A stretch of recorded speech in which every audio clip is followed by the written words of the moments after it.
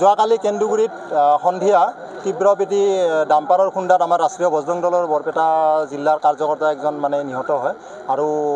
যিবিলাক তাণ্ডৱ চলাই আছে অবৈধভাৱে পলস মাটিৰ খনন কাৰ্য চলি আছে এইটো আমি জানিব পৰা মতে সম্পূৰ্ণ বন্ধ থকা বুলি শুনিছোঁ ওপৰৰ পৰা সম্পূৰ্ণ বন্ধ আছে যে কোনো ধৰণৰ অবৈধভাৱে পলস মাটি কাটাটো নিষেধ বৰ্তমান কিন্তু পাঠশালাত যিটো বন বিভাগৰ বিট অফিচ আছে বিট অফিচৰ ছত্ৰছায়াত তেওঁলোকে নিজাববীয়া কৰি পাৰ্মিশ্যন দিয়া বুলি আমি শুনিছোঁ আৰু সেই পাৰ্মিশ্যনতে বিভিন্ন মাফিয়াই বৰ্তমান ডাম্পাৰেৰে পলস মাটি কাটি কেনে ৰাস্তাই ঘাটে ডাম্পাৰৰ তীব্ৰবেগী হেৰিত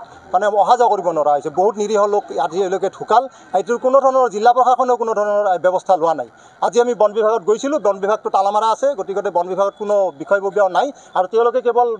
পাকঘৰত খানা বনাই আছে 10-12জন মানুহৰ খানা বনাই আছে গতিকে মাফিয়া যিবিলাক মাফিয়া আছে তেওঁলোকে ৰাতি আহিব আৰু খানা চানা খাব অফিচাৰৰ লগত লগ হৈ সেইটো আমি জানিব পৰা ফৰেষ্ট বিভাগে মেনেজ কৰি চলাই আছে কাৰণ কিয় বহুতখিনি ডাম্পাৰৰ মাফিয়া আছে ইয়াতে বিভিন্নজনে কালি আমি লগ পাইছোঁ সন্ধিয়া বিভিন্ন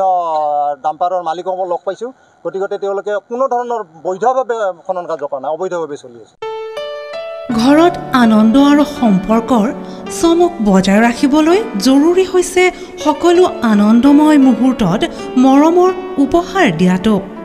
সেইবাবে মধুশ্ৰী জুৱেলাৰ্ছে আনিছে সকলো ৰঙীন ক্ষণৰ বাবে বিশেষ গহনা